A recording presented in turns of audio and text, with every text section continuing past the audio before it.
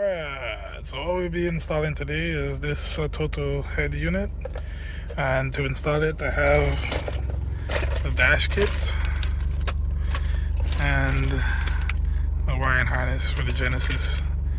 I'll have everything linked down in the description below so that it's easy for you guys to find it. Alright, let's get to unboxing this head unit.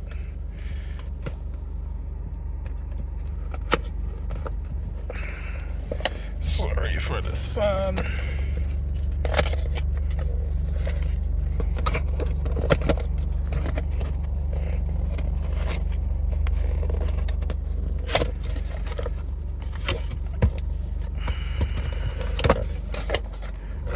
Alright.